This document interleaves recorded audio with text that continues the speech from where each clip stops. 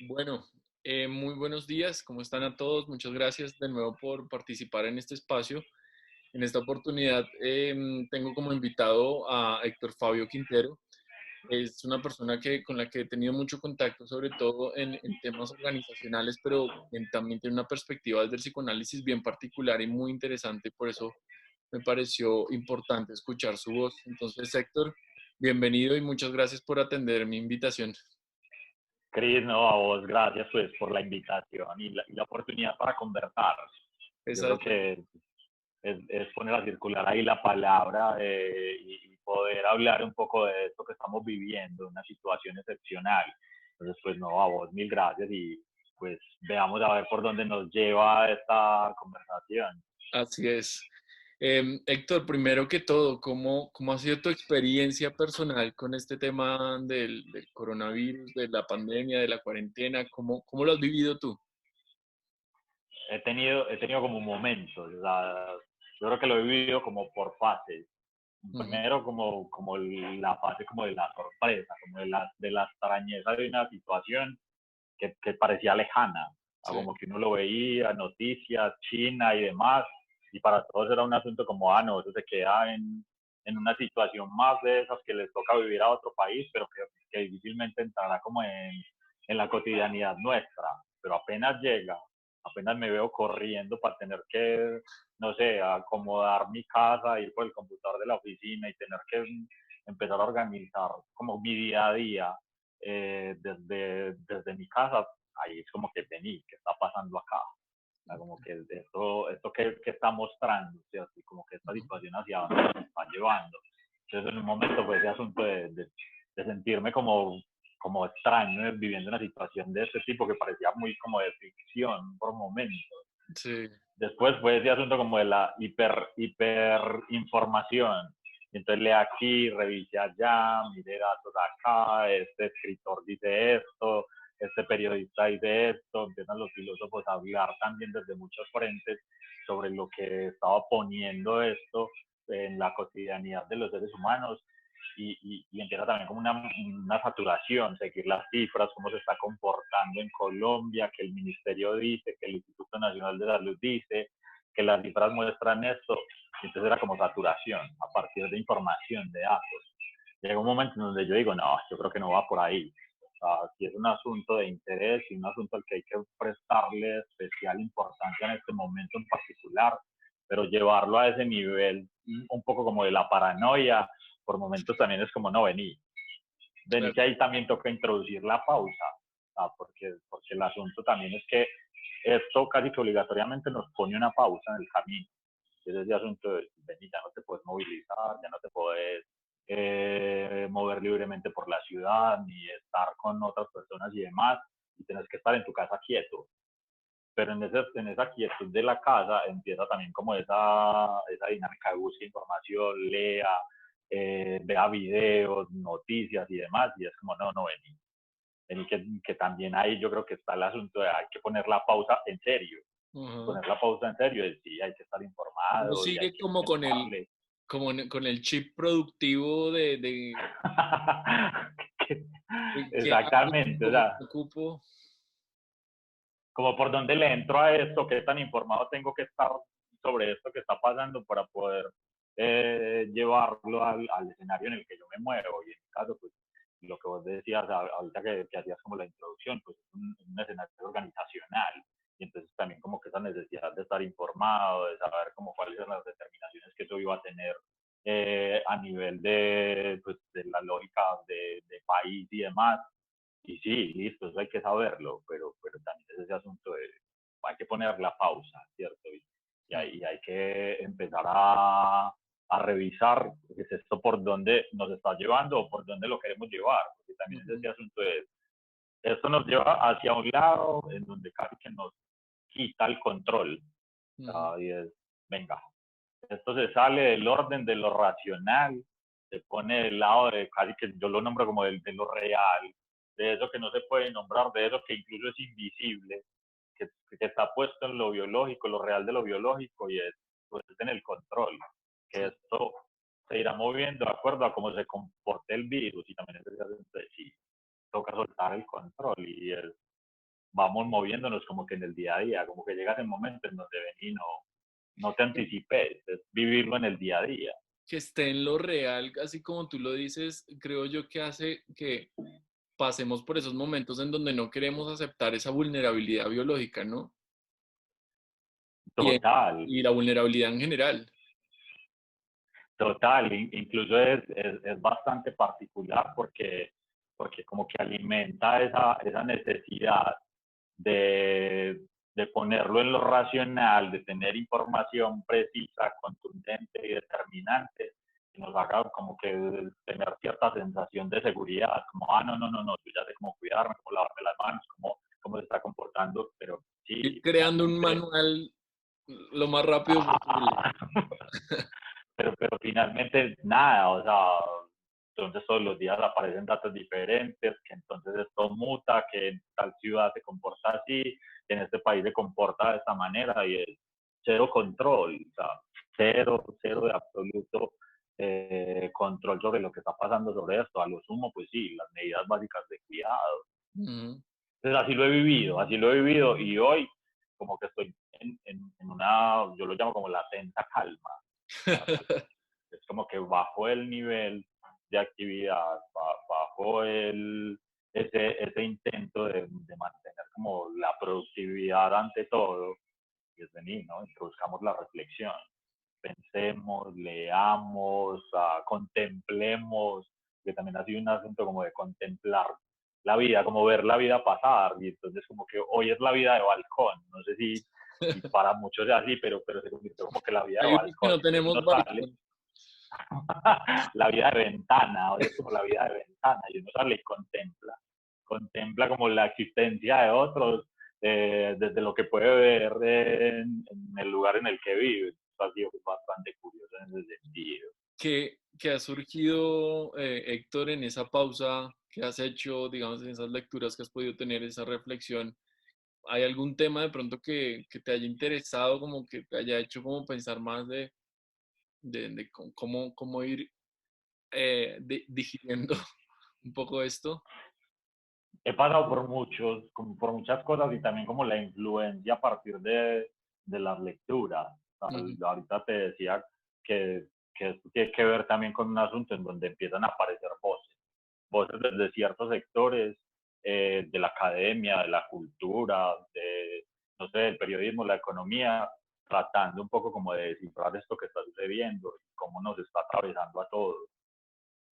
En ese leer a los filósofos, pues aparece ese asunto alrededor de cómo una situación como esta, pues como que nos pone en ese lugar de siempre tratar de hacer aparecer un amo castigador, ¿cierto? Y como ujú, esto es la naturaleza vengándose porque no cuidamos, porque hemos abusado, o sea, como que esta culpa instalada, ¿no? Está ese asunto ok. todo el tiempo como que la culpa, esto lo hemos causado nosotros y por eso la naturaleza está vengando, o los que lo ponen en un dios y demás.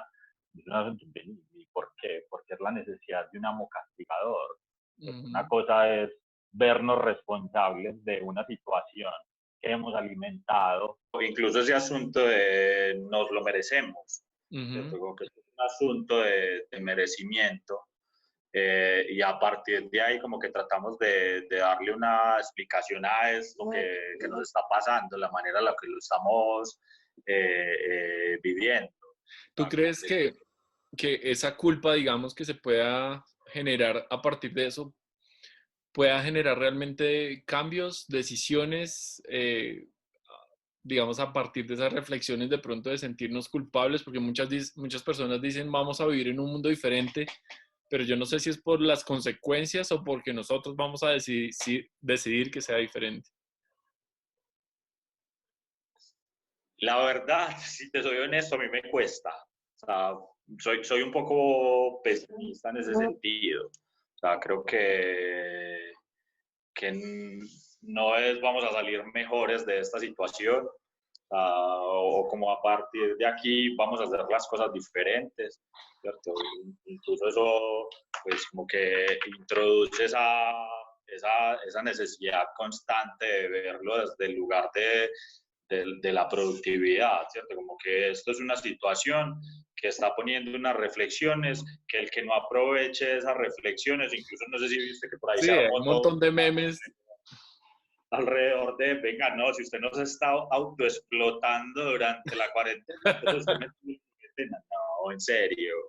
Pues como Bueno, que dime. ahí soy pesimista. Yo no creo que esto nos haga salir mejores, o al menos pues desde la colectividad.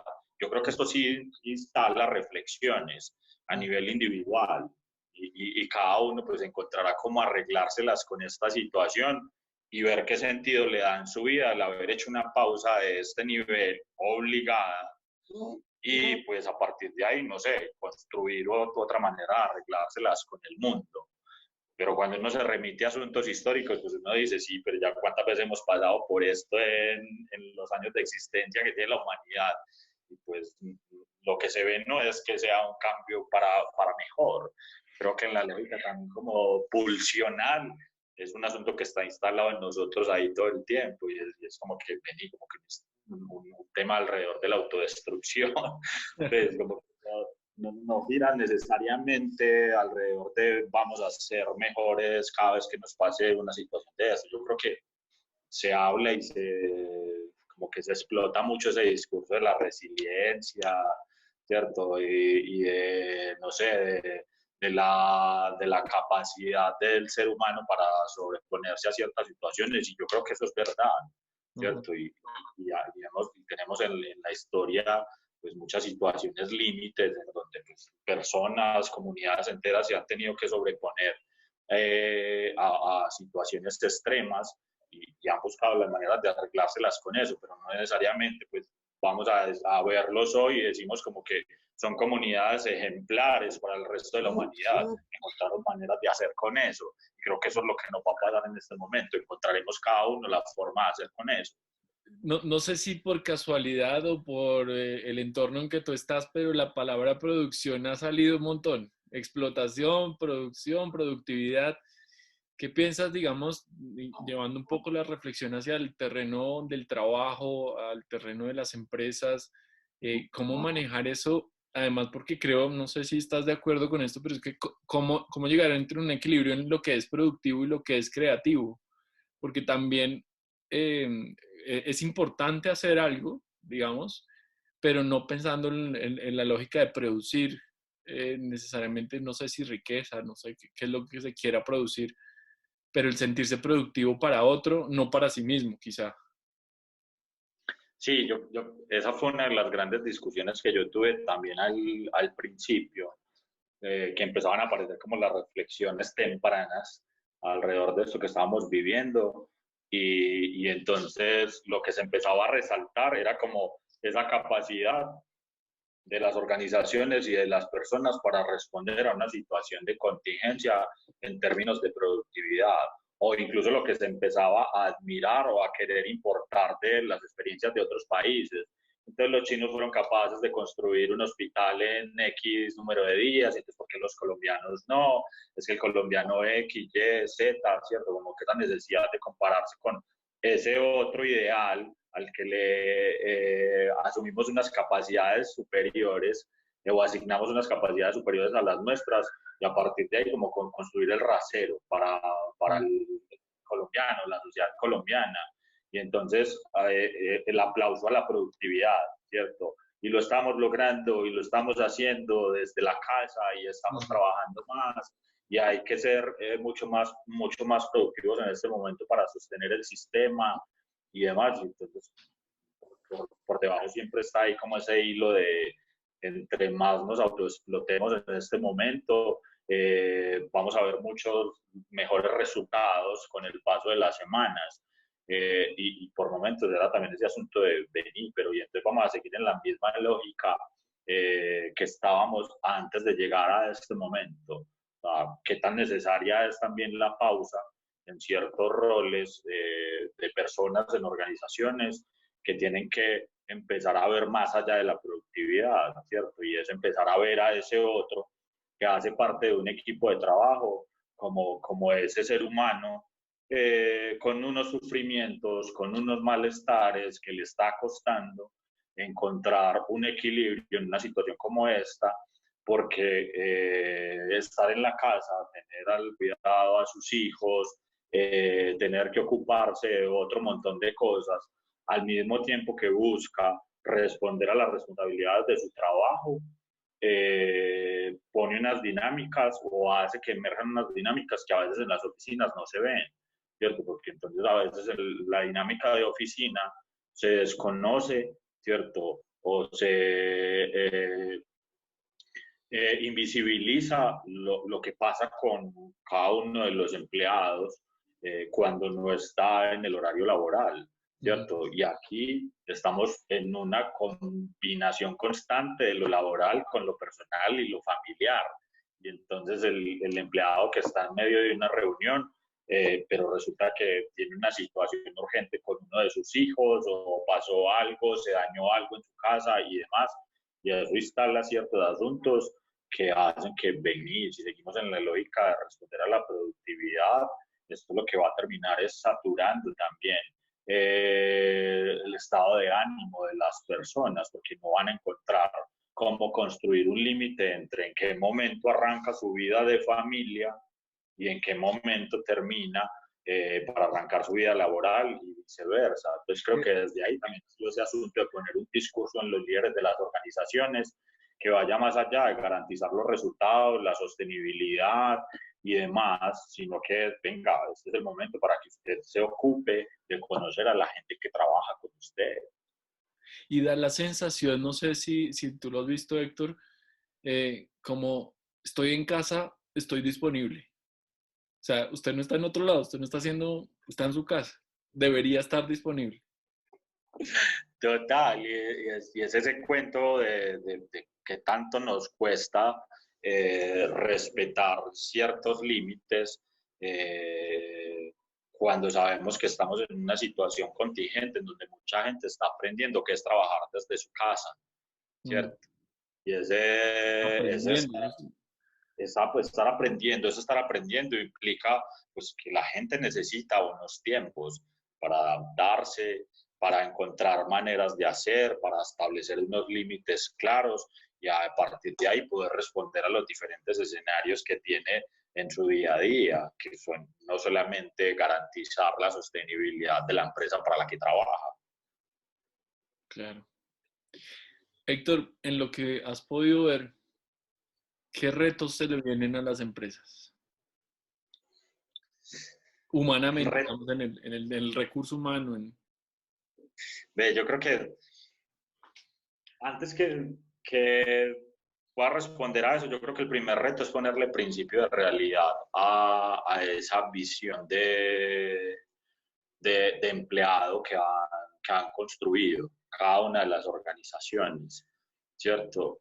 Y ahí poder integrar, pues, o hacer como ese análisis multidimensional en donde digan un empleado va mucho más allá de lo que le aporta a una organización en el horario laboral, sino que es un asunto, sí, es que un empleado es un ser humano, ¿cierto? Y eso le pone unas dimensiones que lo atraviesan todo el tiempo, desde lo social, lo económico, lo emocional, que hacen que las maneras que tiene de responder a las responsabilidades que tiene una organización no necesariamente sean lineales, ¿cierto? Sino que ante esas situaciones que lo atraviesan y que también le obligan a estar atento a esas situaciones, yo como empleado, como empleador, no pueda verlos o tenga que encontrar una manera de evitar verlos a todos como de la misma manera.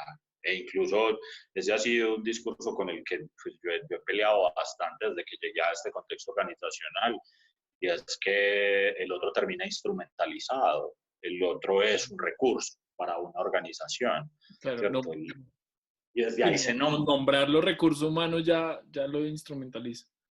Ya lo instrumentaliza y desde ahí se nombra. Entonces a veces se construyen políticas de empresa que buscan responder a eso, como que yo tengo unos recursos y para esos recursos construyo un 1, 2, 3 de lo que puede ser la gestión humana. No me importa si el 1 es diferente al 3, si el 2 tiene unas preocupaciones diferentes al 1, sino que esto es el 1, 2, 3 para todos los empleados de esta compañía, gústele a quien le guste. Y creo que desde ahí es ese asunto de cómo las organizaciones empiezan a conocer cada vez más a las personas que componen esa organización, empezar a identificar. Y creo que hay incluso a veces raya con lo utópico o empieza también esa lucha teórica entre, sí, Beni, pero ¿cómo así vos me vas a hablar de singularidad dentro de una organización? O sea, eso es imposible. O sea, a mí háblame de conducta, pero también háblame de comportamientos observables. Yo creo que es un discurso mucho más fácil a veces para este tipo de entornos. ¿Cómo así que singularidad? ¿Cómo así que el uno es diferente al dos? Eso no es tan fácil de asimilar en los discursos organizacionales. Y creo que ahí hay pequeñas señales de cómo conectarse con las necesidades particulares de cada sujeto que trabaja en una organización e incluso cómo conectarse con esos intereses y esas motivaciones que ese empleado tiene a nivel personal y ponerlas en la lógica de, venga, que es que usted y yo empresa, usted empleado, podemos construir cosas juntas porque yo entiendo cuáles son esas necesidades e intereses particulares y al mismo tiempo yo le puedo ofrecer a usted un escenario de trabajo en donde usted vaya desarrollando también eso que llaman potencial. Sí. Yo creo que ese es el reto de las empresas a partir de esto que pasa, pero también cuando uno abre esa discusión tiene que empezar a revisar, y eso sí es posible en cualquier entorno organizacional. Eso te iba a decir. Hay algunas personas que lo pueden sostener, unas empresas o organizaciones que lo pueden sostener, otras que no, ¿no? Y además, yo le agregaría un ingrediente adicional y es la incertidumbre genera desde luego miedo y uno de los miedos es perder el empleo, porque aunque estoy trabajando en casa, soy afortunado, digamos. Bueno, hablaban en Colombia de que hay una informalidad más del 50%. Entonces, ser formal y estar como ser parte de una empresa es hoy en día algo de lo que las personas podrían sentirse muy afortunadas. Entonces, también creo que este miedo a no perder el empleo y sobre todo en esta época puede acentuar o permitir que esos límites no se vayan estableciendo tan claros o que incluso se abuse, ¿no? Se explote esa disponibilidad o ese Hay temor. una delgada línea. Yo creo, Chris, que se instala como un límite borroso en esa relación del empleador con el empleado, en donde por momentos incluso se vuelve y se abusa de esa figura de es que siéntase privilegiado porque yo a usted le estoy haciendo un favor al mantenerlo en la nómina y seguirle pagando a pesar de las circunstancias en las que estamos actualmente y casi que es esa invitación a la culpa. Entonces, como usted se siente culpable, entonces venga que puede trabajar Y mucho más. repare.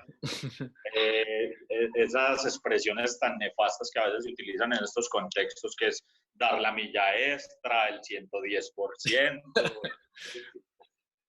como que vení, no, o sea, no es desde ahí, o sea, porque estamos hablando de que esta es una situación excepcional y como situación excepcional yo creo que los empleadores también tienen que comprender que esto pone a las personas en unas lógicas diferentes, en donde puede que el trabajo sea algo muy importante, pero no necesariamente se convierte en la única prioridad que tiene, porque tiene que responder a otras cosas al mismo tiempo. Entonces, como que hay indirectamente empieza a aparecer un discurso, unas lógicas de explotación en donde venga como, si usted quiere mantener el empleo, trabaje el doble. Y creo que eso puede ser bastante Pasa, peligroso y también. pasa algo muy parecido a lo que nos está pasando como sociedad, ¿no? De pronto lo que decíamos ahora, que todas las empresas puedan hacerlo, esa es la duda, ¿no? Porque ah, creo que van a haber muchas quiebras y situaciones muy difíciles empresarialmente, pero terminan siendo las empresas más pobres como las personas más pobres en el país las que terminan sufriendo eso. Algunas sobrevivirán, pero yo creo que, digamos, nosotros ahora quizás lo estamos pensando muy a nivel macro de las empresas de pronto más sólidas, pero las pymes, por ejemplo, Total, es muy... total, incluso lo ves, sea, cuando esta semana anuncian que a partir del próximo lunes se reactivan algunos sectores de la economía y entonces yo veo, pues yo leo que el sector es construcción y el sector es confecciones y uno que es lo primero que se imagina ahí, sí, clase obrera, ¿cierto? ¿Y bajo qué condiciones de trabajo? ¿Cierto? Y ante qué necesidades tienen que acudir al llamado de sus empresas, pero qué garantías van a tener, ¿cierto? ¿Qué garantías va a dar el Estado para que ese trabajo que se reactiva para estas personas pues les permita tener al menos unos mínimos de cuidado, de seguridad y demás, y que digamos que el mensaje que se entienda no sea solamente el de reactivar la productividad, sino que nos metamos un poco en el detalle, pero qué significa para esos. Yo veía las cifras de esta mañana y son como alrededor de 7, 8 millones de personas que se reactivan en todo el país, solamente en esos dos sectores. Y sí, esas personas también tienen unas preocupaciones, porque van a ser los primeros que se van a exponer masivamente a una situación que aún no está controlada. Y es bajo la bandera de que reactivación de la productividad Es casi como económica. una prueba, ¿no? Como los conejillos de Indias. Así como lo pones, pues parecería también así. O sea, hoy veía algo también. No son los congresistas los que prueban primero. Y es bastante complejo y uno entiende las dinámicas de país y sabe que este país no resiste el prolongamiento de estas medidas, porque no hay un sistema económico que garantice al menos como la dignidad para quienes han tenido que parar. Y entonces eso pone ahí como esa disyuntiva entre, sí, por un lado la productividad, pero por el otro lado el cuidado de la salud. Las dos cosas al tiempo son posibles. O sea, mira lo que la preocupación de la alcaldesa de Bogotá en este momento, en donde dice, sí, pero vení, se va a saturar otra vez el transporte masivo, y entonces ahí todo lo que hicimos estas últimas semanas se va al traste. Es demasiado complejo, o sea, tampoco la tienen fácil Es los que una, están es una, diseñando esas estrategias. cada decisión trae una renuncia. Sí, pero hay renuncias que uno dice, pues sí, son negociables, pero casi que ahí vos estás renunciando a esa posibilidad de estar protegido en tu casa. Pero lo que pasa es que estar protegido en la casa no necesariamente significa estar en las mejores condiciones. Yo creo que también ha sido el discurso, pues, o la discusión que se ha levantado en Colombia, en donde muchos idealizaron ese estar en casa y me estoy cuidando y estoy aportando. Sí, pero del otro lado, el que está en casa también está diciendo, tengo hambre, no tengo con qué alimentar a mi familia, yo no tengo ni el wifi, ni las comodidades necesarias para que mis hijos estudien desde aquí. Si yo no hago el día a día, pues no como. Entonces es bastante complejo por donde se mire, y ahí es donde yo digo, de esto no vamos a salir en colectivo con una misma forma de ver las cosas. De esto cada uno va a salir como pueda arreglárselos, con lo que su subjetividad le permita, ¿cierto? Con lo que pueda construir a partir de esta experiencia, pero esto no nos va a convertir a todos mágicamente en mejores colombianos. Eso sí. Héctor, se nos está acabando el tiempo, pero de verdad que es muy chévere conversar contigo. No sé, finalmente, si quisieras agregar algo como para cerrar, algo de pronto, un tema que no hayamos tocado, alguna reflexión que tú quieras agregar. Yo creo que pues, la reflexión para mí, Cris, en este tiempo ha estado más del lado de cómo cada uno, ante una situación de este tipo, pues, entra en ese proceso de, más que de autoevaluación, puede ser un concepto que a veces termina siendo muy, muy Persecutorio, castigador, sí. ¿cierto? Muy castigador, pues por momentos de ese mea culpa, es en un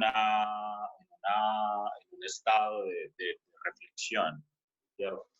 En donde más que poner la responsabilidad afuera, más que poner la responsabilidad en el Estado, de ese gran otro que no me garantiza unas condiciones para que yo esté tranquilo en este momento, es con qué cuento yo en una situación como esta, pues hasta dónde he llegado, qué he construido con mi historia, y una situación como esta, que es una situación límite, ante qué cambios me está poniendo o a qué cambios me está invitando, ¿cierto? Y que creo que es una reflexión que cada uno hará desde donde tenga cómo hacer la reflexión. Mucha gente dice, no, pero es que yo con hambre no reflexiono, ¿no? ¿Cierto? Y creo que tiene todo el sentido. Claro. Pues que yo con unas necesidades económicas profundas no puedo hacer mindfulness, que es lo que está de moda con la gente. Ahí está la receta, ahí está la fórmula, respire, que todo va a estar mejor. Pero como que al menos encontrar unos mínimos en donde yo ponga algunas preguntas sobre mí y no sobre lo que está afuera, me permita tal vez ir articulando algunas formas diferentes de hacer las cosas y entrar en contacto con mi existencia y la existencia del otro. Porque creo que esto también pone una pregunta bastante importante, y es qué tan conscientes estábamos siendo de la existencia del otro. Que también era un asunto como que cada uno va en la lógica de lo que persigue como ideal y de lo que quiere para sí mismo y no sé, su círculo más cercano, pero está totalmente desconectado de quién es el otro. Y el otro en este país significa un montón de cosas. Porque en un país como el nuestro, hablar del otro es casi que entrar a conocer unas realidades que para mucha gente, pues lastimosamente, eran desconocidas hasta que llegó esto. Ahí ver las condiciones por las que está pasando gran parte de la población colombiana, para muchos termina siendo sorpresa. Entonces yo creo que también es cómo me conecto conmigo y es como me permite de alguna manera entender la comunidad en la que habito o el país al que pertenezco. Héctor, genial. Muchísimas gracias, en serio. Nos podemos quedar acá hablando horas, pero como por hacerlo amable con las personas que lo vayan a ver, Sí, total.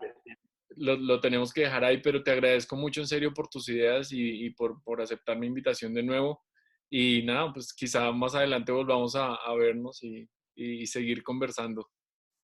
Cristian, mil gracias. Vos sabes que disfrutamos de estos espacios de poder compartir y construir a través de la palabra reflexiones que tal vez le sirvan a alguien o tal vez a ninguno, pero Pero se hizo la nosotros. tarea. Ajá, exactamente. No, Héctor, muchísimas gracias. Te mando un abrazo y esperemos a ver cómo nos va a hablar después mirando esto en retrospectiva, a ver qué, De una. qué hubo. Un abrazo para vos también. Bueno, Héctor, Cuídate. muchas gracias. Hasta luego. Chao. Hasta luego.